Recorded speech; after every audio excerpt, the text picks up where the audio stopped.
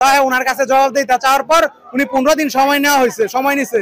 দেন আমরা গেছি যাচাই বাছাই করার জন্য। উনি বলছে যে আমার যদি কোনো ইতে অন্যায় পাও তাহলে তোমরা ব্যবস্থা নিও। আমরা সরজমিনে গিয়া ওনার একদম প্রথম স্টেপে একটা বড় সড়ো দুর্নীতির প্রমাণ পাইছি। প্রমাণটা হলো লাস্ট 5 বছর তিনি কোনো খাতায় লেখেন নাই, আয় ব্যয়ের হিসাব বা যাবতীয় স্কুলের টাকার কোনো হিসাব লেখেন নাই। এটা হলো ওনার অন্যায় যেটা করছে। আর এই ছাত্র ছাত্রী ভাই বোনেরা কথা শুনেন, ছাত্র ছাত্রী ভাই বোনেরা আপনাদের অভিযোগ আমাদের নলেজে আসছে।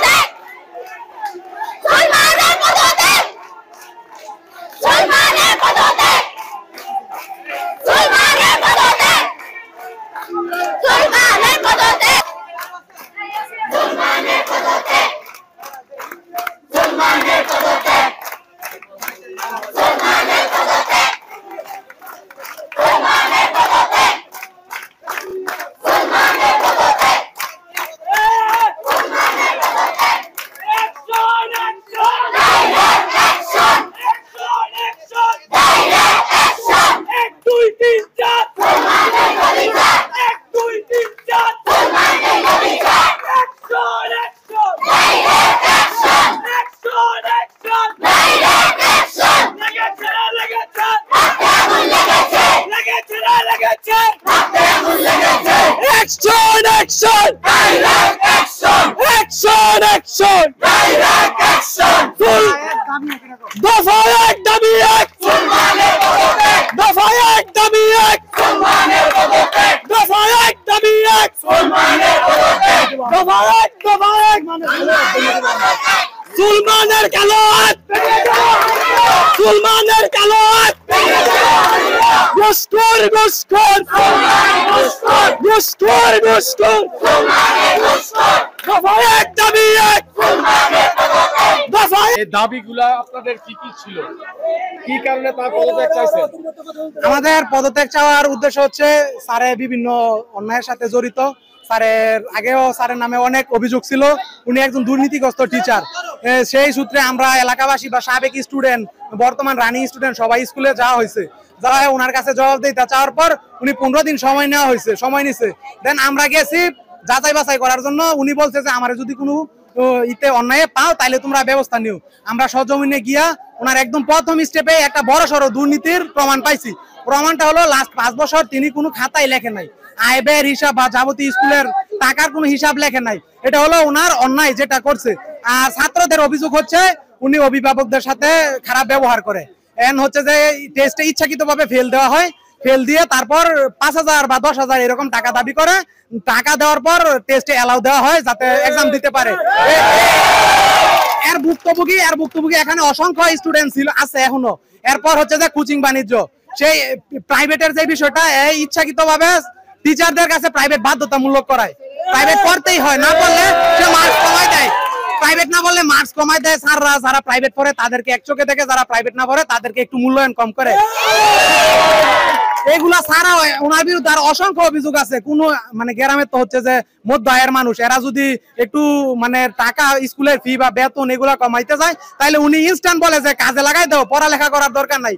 একজন টিচারের মুখের ভাষা তো এরকম হইতে পারে না, কারো গার্ডিয়ানের সাথে তো এই ভাষায় কথা বলতে পারে না। যদি তার টাকা কমানোর সিস্টেম না থাকে সে বুঝাই বলবো যে আমি পারতাছি না কিন্তু চেষ্টা করবো, কিন্তু সে তুচ্ছ তাচ্ছিল্য করে কথা বলে। সে গার্ডিয়ান মনে করে না, যা মুখ দিয়ে আসে তাই বলে পড়ালেখা করার দরকার নাই, কাজে লাগাই দেন, এরকম নানান কথা। এছাড়াও আরো বিভিন্ন অভিযোগ আছে। এতদিন অন্যায়, এতদিন আমরা প্রতিবাদ করতে পারি না, যেহেতু সারা দেশে বাক স্বাধীনতা হরণ করা হয়েছে। সেই সূত্রে নজরুল ইসলাম বাবু 2500-এর ভিতরে ত্রাসের রাজত্ব কায়েম করছে। আমরা ভয়ে মুখ খুলতে পারি নাই। এখন যেহেতু দেশ স্বাধীন হয়েছে সেই সূত্রে আমরা এখন স্বাধীন দেশে বসবাস করি, আমাদের বাক স্বাধীনতা ফিরে আসছে। আমরা আমাদের যত অভিযোগ আছে এখন তুলে ধরতাছি। এখন আমরা ইউনূস স্যারের কাছে আসছি, ওনার কাছে অভিযোগ। আমার পরিচয় হচ্ছে আমি সাবেক শিক্ষার্থী সুলতান সাদি স্টুডেন্টের। আমার নাম মোহাম্মদ রনি, বাসা কল্যাণী। আমি সাবেক স্টুডেন্ট এই স্কুলে। এখন আমাদেরই তো ভাই ব্রাদার এই স্কুলে লেখাপড়া করে, এদের ভবিষ্যৎ নিশ্চিত করার জন্য আমরা আসছি। এই ছাত্র ছাত্রী ভাই বোনেরা কথা শুনেন। ছাত্র ছাত্রী ভাই বোনেরা, আপনাদের অভিযোগ আমাদের নলেজে আসছে, ইউনূস সাহেব আমাদের প্রতিনিধি পাঠাইছে। আপনারা ধৈর্য ধরেন, আপনাদের যে দাবি সেই দাবি আজকের মধ্যে পূরণ হবে। অধৈর্য হন না, আপনাদের পূরণ হবে। আপনারা এখন আপনার দেরিও করতে পারেন, বাসায় চলে যেতে পারেন, আপনার দাবি পূরণ হবে। আপনাদের 2-3 জন প্রতিনিধি থাকবে। আমরা এতদিন ছিলাম, উনি আমাদের প্রধান শিক্ষক হিসেবে আমাদের স্কুলে কোনো গার্ডই দিতেন না। আমাদের স্কুলে কত বাইরে আউট ছেলে আসতেন, ওদেরকে কোনো শাসনই করতেন না। উনি তাদেরকে অ্যালাউ করতেন, এবং স্কুলের ছেলেমেয়েরা আউটডেস পরে আসলে উনি কোনো কিছু বলতেনই না যে তোমরা স্কুলে আউটডেস পরে আসবে না। উনি আমাদের স্কুলে সবসময় হাফ ক্লাস হয়, অন্যান্য স্কুলে ফুল ক্লাস হয়, কিন্তু আমাদের স্কুলে হাফ ক্লাস হয়। আমরা এই বছরে মনে হয় 10 দিনও ফুল ক্লাস করিনি, প্রত্যেকদিন হাফ ক্লাস। আর উনি কোনো কারণে অকারণে স্কুল বন্ধ দিয়ে দেয়। জি না, আমাদের স্কুলে কোনো শৃঙ্খলা উনি পালন করেনি। আমাদের প্রধান শিক্ষক কোনো দায়িত্ব পালন করেননি। তার কাছে আমরা আবেদন করেছিলাম যে বাউন্ডারি ঠিক করার জন্য। তিনি শুধু এক কথা প্রশ্ন দিয়েছেন, আমরা এই ব্যাপারে কিছু কথা বলছি, আমরা সবাই মিটিং করছি, কিন্তু তিনি আর করেননি। আমরা এই ব্যাপারে অনেকে উত্তেজিত হয়েছিলাম, কিন্তু তিনি করেননি। আমাদের এক দাবি, আমাদের হেড স্যার প্রত্যেক চাই।